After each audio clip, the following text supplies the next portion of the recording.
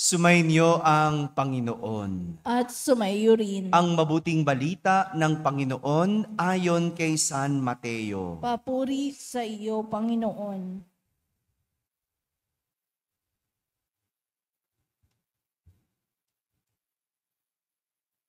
Noong panahong iyon, may nagdala ng mga bata kay Jesus upang hilinging ipatong niya sa mga ito ang kanyang kamay at ipanalangin.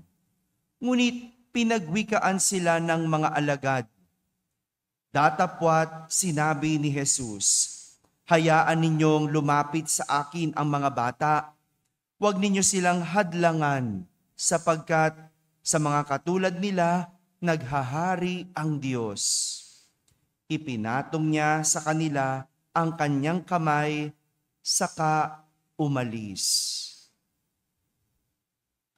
Mga kapatid, ang mabuting balita ng Panginoon.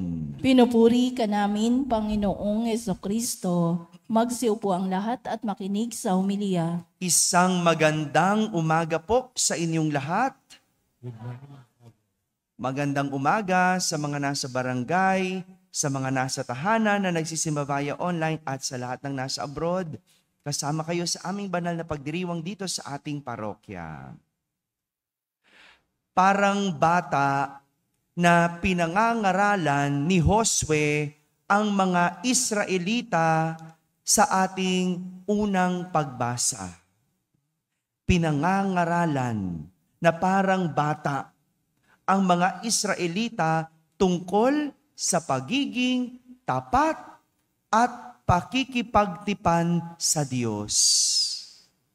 Gaya ng sinabi niya sa kanila, "Sambahin ninyo ang Panginoon at paglingkuran niyo siya ng tapat." Parang bata. Kung tutuusin, hindi na dapat sinasabi ang mga ganong salita. Hindi na dapat sila pinangangaralan tungkol sa katapatan sa Diyos, tungkol sa pakikipagtipan at pagsunod sa Diyos. Dahil 'di ba, dapat naman talaga tapat tayo sa Diyos. Tama ba? Dapat naman talaga nakikipagtipan tayo sa Diyos. Dapat naman talaga pinaglilingkuran ang Diyos.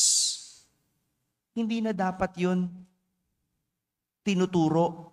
Hindi na dapat 'yun sinasabi. Pero hindi natin masisi si Josue kung bakit ganito siya magsalita at mangaral. Sapagkat ang mga ninuno ng mga Israelita ay nakaranas ng minsang sumamba sa Diyos-Diyosan. Minsang hindi naging tapat. Minsang tumalikod sa Diyos. Hindi ba parang isang asawa? Hello, sa mga may asawa dyan, di ba? Kailangan pa bang sabihin, dapat tapat ka sa asawa mo, ha? Hello, ba't di kayo makaimik? Kailangan pa bang sabihin na dapat, makipagtipan ka sa asawa mo, ha? May kasunduan kayo, ha? Di ba hindi na dapat sinasabi yon? Kasi kaya ka nga kasal, kasi kayo ay may tipan. Kasunduan. Diba? Meron kayong marriage contract. Ano yung kasunduan nyo? Kayo'y magsasama hanggang kamatayan. Diba? Sa hirap at ginhawa, sa lakas o sakit. Diba? Sa kalungkutan at saya. Yan yung inyong tipan eh. Pag may asawa ka ba, sasabihin pa, kailangan tapat ka ha. Sa bagay, hindi natin masisi kung kailangan pang pangaralan ang asawa kasi kung minsan itong tumalikod, minsan itong hindi naging tapat. No? Kaya nga kaming mga pare, no? Bago magkasal, no? Paulit-ulit, lalo sa interview, sigurado ka ba? Para tuloy kami mga, matatanda na nangangaral sa bata, sure ka ba? Baka naman nalalasing ka lang masyado sa pag-ibig, no? Kaya nga, parang ganun din ang ginawa ni Josue sa mga Israelita. Parang bata niya na nililinaw sa kanila. Kung ayaw ninyong maglingkod sa Panginoon, sabihin ninyo kung kanino kayo maglilingkod. Sa Diyos-Diyosan ba na sinasamba ng inyong mga ninuno sa Mesopotamia? O sa mga Diyos-Diyosan ng Amoreo? Pinapipili pa sila. Hindi ba ganun ang trato natin sa mga bata? No, parang hinihimay natin ang pangaral at paulit-ulit para maunawaan, para magtanda. Di ba? Minsan nga, di ba, nagbibigay pa tayo ng pagpipilian na para bang talagang pinipiga natin sila. Anong gusto mo? Itong pamalo o itong sinturon? Oh, di ba ganon? Oh, mga bata, ano? Pinapipili pa. Ano yung para magtanda ka? Anong gusto mo? Sisigaw ako o mahinahon? Oh, di ba? Lahat ito, tingin natin at trato natin sa bata dahil hindi pa sila hinog. O sa Ingles, hindi pa matured ang mga bata. Hindi pa matured ang mga bata. Nalala ko noon, nung bata pa kami, sabi noong aming, tinuruan ako nung aming mga mananahe, no? Di ba? Meron kaming garment, no? Sabi nung aming mga trabahador, kasi natatakot ako pag may aso. Sabi niya, sabihin ko daw, ibulong ko daw. Bulong lang, huwag kailangan marinig ng aso. No? Sabihin ko daw, San Roque, San Roque. San Roque. May tinuruan ba kayong ganon? No? Ganon ba yon? Sabi ko, oo, hindi ka kakagatin pagka sinabi mo, San Roque, San Roque. No? Nung bata ako, hindi ko pa naiintindihan kung ano ba yung San Roque. Kung sino ba yon? Di ko nga alam na tao yon at santo pala yon. No? Dahil bata ako, tinuro sa akin, akala ko kung anong magic spell lang. No? Kung anong magic word. No? Kaya pag meron akong asong nakita sa kalye at dadaan ako, binubulong ko, San Roque, San Roque, San Roque. Ayun pala. At talaga, hindi ako kinakagat. Hindi ako nilalapitan. Nung bata ako, ganun nung alam ko. Pero, yung pala ay pagtawag sa isang santo. At ang santo, pagtawag sa santo ay hindi magic spell.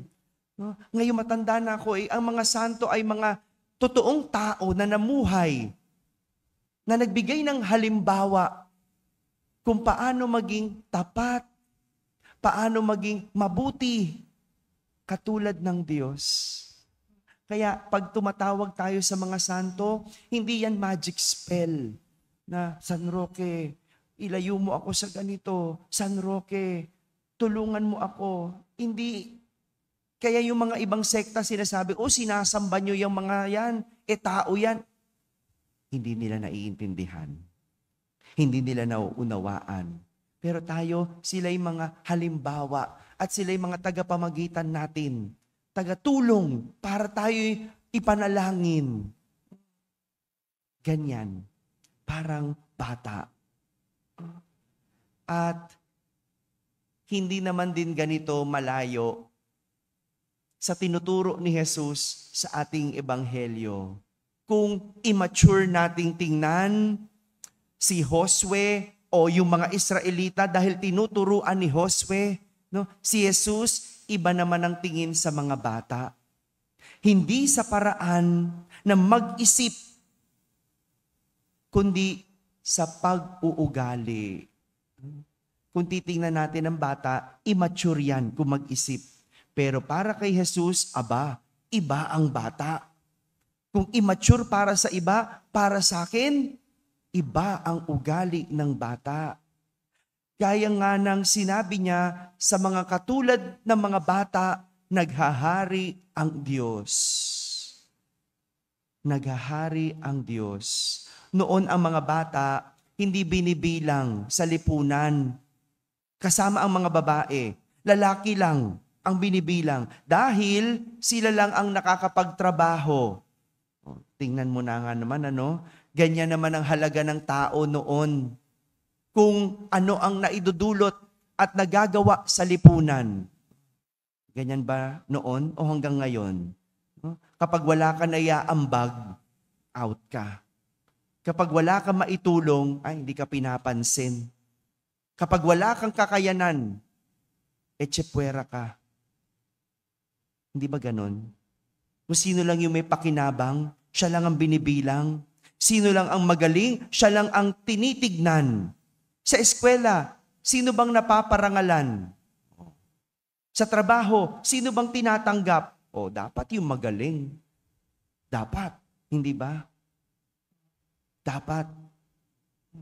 Well, sa ating simbahan kagabi, nagkaroon tayo ng parangal soledad. No? Tingnan mo nga naman, no? Puyat-puyat pa yung mga nandito. No? Kaya tulala yan naintindihan ko. Kaya ang kausap ko yung mga nasa online. No? Pasensya na po kayo, puyat po kami kagabi. No? Kasi gabi na kami umuwi kasi pinangaralan namin yung mga lingkod namin. Binigyan namin ng pagkilala yung mga nagbigay ng kanilang sarili, buo, para sa ating simbahan. Pero bukod sa parangal na yon, sinabi ko na ang mahalaga ay yung iyong kalooban. Hindi man namin pa nakitang sa ngayon, ang mahalaga, kita ng Diyos ang iyong inaambag. Kita ng Diyos ang iyong binibigay at yon ang tunay na parangal. Yun ang tunay na parangal. No? Kapag naintindihan mo yon, matured ka na. Kapag hindi mo pa maintindihan yun at naiwan ka lang sa isang award, sa pagkilala, immature ka pa. Kaya nga, ito ang tinuturo sa atin at paanyaya sa atin ng ating mga pagbasa, ang maging katulad ng mga bata. Hindi sa pag-iisip, kundi sa pag-uugali.